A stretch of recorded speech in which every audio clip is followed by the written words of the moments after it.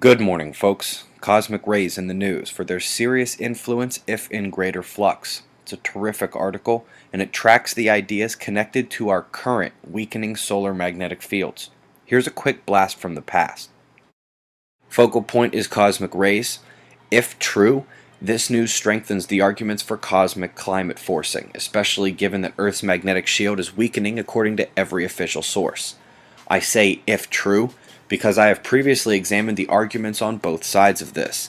Even among the leaders in the field, there's much disagreement on cosmic rays and clouds. But a point where everyone is on the same page is this. Solar activity and strong magnetic fields associated with it block galactic radiation. This is an old University of Delaware page, but it's perfect for this example.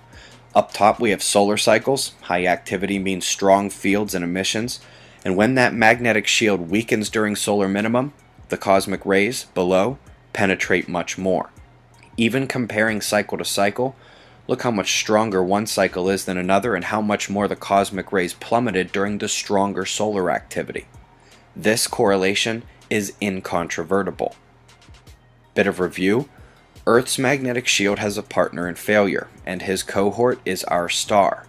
When two National Solar Observatory physicists suggested our next cycle could have no sunspots, many ignored it, but the pattern and indicators of a magnetic shutdown cycle to cycle, like the Dalton or even mini Maunder-like minima, is now also incontrovertible.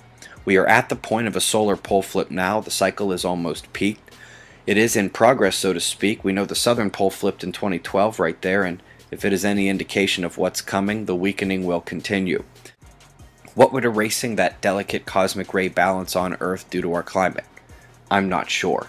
But with Earth's field weakening 10% since the 19th century, we are seeing two shields fade, with one of them, the more important one for cosmic rays, potentially going on hiatus for a while.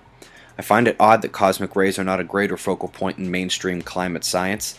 This doesn't belong hidden in paid journals, occasionally summarized on science pages days to weeks later. This is what everyone should know.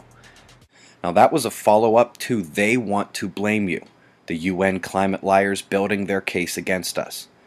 Speaking of them, not only have they managed to have a greater confidence in human-driven warming, even with global cooling or stagnation being undeniable over more than a decade. Now, the claim is that the failure to have higher temperatures is because of the UN Ozone Pact. They forget that 2010 Iceland, a volcano, undid more than half of all human CO2 reduction efforts in history. But don't you forget that those are the same people blaming you, the ones to whom all Earth nations have given control. Let's kick it to ISON. Bruce Gary's graphs are getting mighty interesting. Comet is brightening quickly, and I must admit to a bit of surprise that so few of you have watched the longer ISON discussion put out on Saturday. This is being added to the background video list, right below this video with links to everything else you see here. Feels like forever to get to the weather. Haiyan, visiting Vietnam, where hundreds of thousands have evacuated. Total still coming in from the Philippines.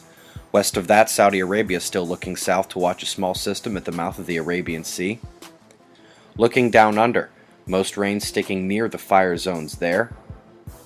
If we come to Europe, severe watches accompany a few portions of this huge system. I'd rely on local forecasts, guys.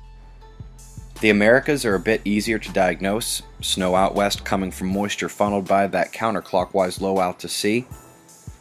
Two clockwise high pressure systems creating their own convergence in the center of the country, where moisture and air masses collide there. We'll get rain to the south and snow north, all along the line. Solar flaring has been quiet since yesterday's pop. That X-flare indeed released a coronal mass ejection, nearly squarely at Earth, no doubt about it on Enlil, but the CME itself is moderate, with much missing south. Looking at the sunspots, it's clear that these sparse flares are still an underperformance for solar maximum. Delta spot, or spots, are remaining in the big group. Incomers look seriously mean, very developed and seemingly complex.